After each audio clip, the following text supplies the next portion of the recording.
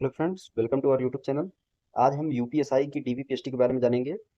और बहुत सारे लोग कंफ्यूज हैं कि कौन कौन से डॉक्यूमेंट चाहिए और उसकी क्या प्रक्रिया होगी। तो हम और एक एक प्रक्रिया को समझेंगे, जिससे आपको डीबी के दिन कोई दिक्कत ना हो। तो चलिए शुरू करते हैं। डॉक्यूमेंट वेरिफिकेशन 76 जिलों की पुलिस लाइनों में कराया जाएगा। इसमें सबसे पहले आपको निर्धारित डेट को अपने डीवी के एडमिट कार्ड के साथ पहुंचना होगा, जिसमें डीवी और उसके साथ अपने डॉक्यूमेंट ले जाने होंगे। आगे चल के हम आपको बताएंगे कि क्या क्या डॉक्यूमेंट लगेगा। और डॉक्यूमेंट वेरिफिकेशन में 3 स्तर के अधिकारी होंगे, उसके बारे में भी आगे बात करेंगे। उसके बाद आपको ये नहीं करना है कि ये डॉक्यूमेंट हमको पहले से पता, आपको पूरी तरह से तैयार रहना है। वहाँ अगर कोई एक्स्ट्रा डॉक्यूमेंट मांगे जाते हैं तो आपके पास पहले से अवेलेबल रहने चाहिए। तो ये करना है कि एक फाइल बना लीजिएगा जिसमें आपका ओरिजिनल डॉक्यूमेंट रहेंगे, और फोटो कॉपी वाला आपको 3 सेट बना के रख लेना है। लगेगा वहाँ 2 सेट, लेकिन आपको एक एक्स्ट्रा सेट तैयार रखना है, जिसको सही क्रम में लगा के, और जब फाइल आपसे मांगी जाएगी तो उसको आपको जमा करना पड़ेगा। सबसे पहले आपको जो आपने जब ऑनलाइन करवाया था तो उसके साथ जो आवेदन पत्र मिला था वो ले जाना है। 10वीं और 12वीं की मार्कशीट और प्रमाण पत्र यानी सनद ले जाना है। उसके बाद ग्रेजुएशन की मार्कशीट ले जाना है, अगर प्रत्येक सेमेस्टर की है तो सब ले जाने हैं। और उसके साथ डिग्री ले जानी है। डिग्री को अभी बहुत सारे लोग कंफ्यूज हैं। डिग्री मस्ट है, डिग्री लगेगी। फॉर्म ऑनलाइन करते वक्त ही बता दिया गया था। किसी विशेष कारण से आपको छूट दे दी गई, आप फॉर्म भर चुके हैं, लेकिन अगर आप डिग्री नहीं ले जाएंगे फिर आपको बहुत सारी समस्याओं का सामना करना पड़ेगा। उसके बाद आपको मूल पहचान पत्र में आधार कार्ड ले जाना है, मतदाता पहचान पत्र है, पासपोर्ट या ड्राइविंग लाइसेंस है, ये चलेंगे। आपको कोई भी फोटो आईडी कार्ड 2 ले जाना है, वहाँ जैसे जरूरत पड़ेगी उसको आपको देना पड़ेगा। और 10 कम से कम पासपोर्ट साइज फोटो ले जाना है, जो आवेदन पत्र भरते समय लगा था वही फोटो ले जाना है। उसका 10 कॉपी करवा कर रख लीजिएगा और उसको ले ले जाइएगा। इसके बाद जनरल के लिए कोई अतिरिक्त जाति प्रमाण पत्र नहीं लगेगा। यदि आप अन्य राज्य से हैं तो आपको जनरल में काउंट किया जाएगा, इसलिए आपका भी जाति प्रमाण पत्र नहीं लगेगा। ओबीसी एसटी एससी के लिए जाति प्रमाण पत्र अनिवार्य है, वो आवेदन की अंतिम तिथि तक का होना चाहिए, वो ले जाना है। उत्तर प्रदेश का मूल निवास प्रमाण पत्र ले जाना है। आप ये भी जान लीजिए कि यदि निर्धारित तिथि का ओबीसी सर्टिफिकेट नहीं है तो आपको जनरल कैटेगरी में डाल दिया जाएगा। विशेष कैटेगरी के लिए एक्स सर्विसमैन को एनओसी और डिस्चार्ज सर्टिफिकेट ले जाना है। जो हमारे विभाग से कार्यरत कर्मी हैं उनको भी एनओसी प्रमाण पत्र ले जाना है, जो स्वतंत्रता सेनानी कैटेगरी के तहत चाहते हैं भर्ती। और महिला उम्मीदवार को उत्तर प्रदेश का मूल निवास ले जाना है बस।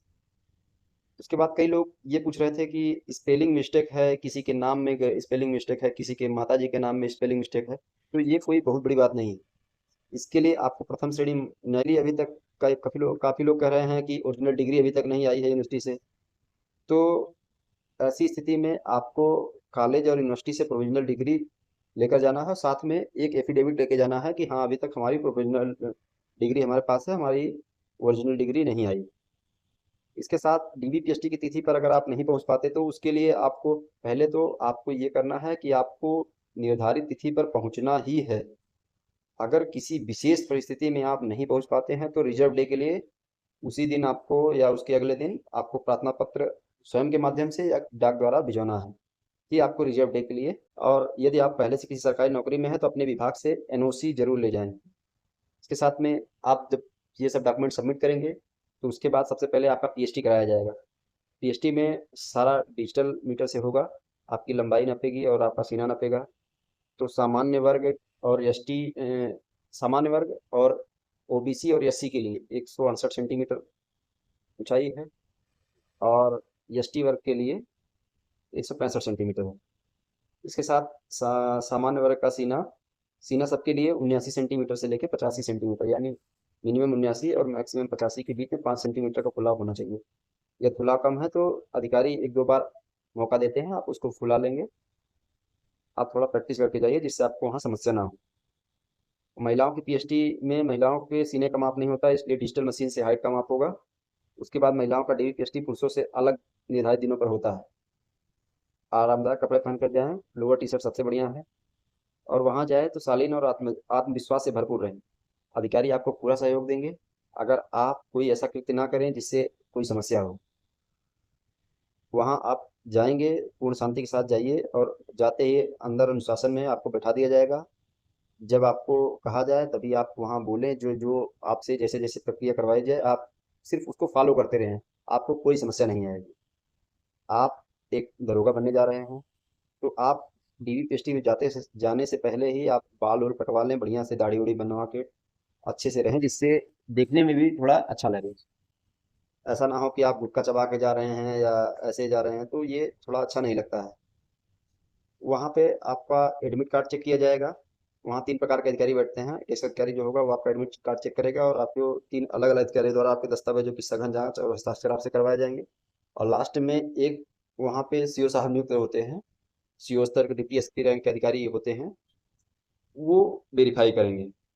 आपके ओरिजिनल दस्तावेज आपको वेरीफाई करके वापस कर दिए जाएँगे और फाइल जमा कर ली जाएगी। इसके बाद शाम 4 से 5 बजे के बीच एक रजिस्टर, जब तक लिस्ट न लग जाए सेंटर से बाहर ना जाएँ। डीपीएसटी पास करने के मात्र 1 सप्ताह के भीतर रनिंग का एडमिट कार्ड आ जाता है। तो आप रनिंग की तैयारी अभी से करते रहें। आप अभी ये मत सोचिए कि आपका नंबर कम है, ज़्यादा है। मैं ये कहूँगा कि 125 के ऊपर जितने लोग हैं रनिंग करते रहें। अगर मौका मिलेगा तो आप रनिंग करेंगे। अभी ये किसी को नहीं पता है कि किसके कितने नंबर बढ़े। आप अभी सब अनुमान लगा रहे हैं। अभी ये कंफर्म नहीं है कि किसके कितने नंबर बढ़ेंगे, किसके कितने नंबर घटेंगे, कौन सी शिफ्ट हार्ड है, कौन सी शिफ्ट सरल है। ये उस समय उस कंप्यूटर की डाटा में समाहित है कि कितने लोगों ने एवरेज अटेम्प्ट किया, उस हिसाब से नॉर्मलाइजेशन होता है। तो नॉर्मलाइजेशन को आप अभी अपने से मत जोड़िए। आपके नंबर थोड़े कम हैं तब भी आप रनिंग करते रहिए। हो सकता है कि आपको मौका मिल जाए और आप रनिंग ना कर पाए, तो फिर आजीवन आप उसके लिए पछतावा करते रहेंगे। इसलिए आप रनिंग करते रहें और उसके बाद जो होगा वो देखा जाएगा। आप अगले आगे की तैयारी भी करते रहें। जिन लोगों का एडमिट कार्ड आ जाएगा वो अपनी तैयारी करके जाएं और अच्छे से करें। Best of luck. यह स्पीड की नहीं, स्टेमिना की दौड़ है। यहाँ रोजाना आप अगर 40 से 45 मिनट अगर दौड़ रहे हैं तो आपका पीटी क्लियर हो जाएगा। तो चलिए, और किसी जानकारी के लिए आप हमसे संपर्क कर सकते हैं।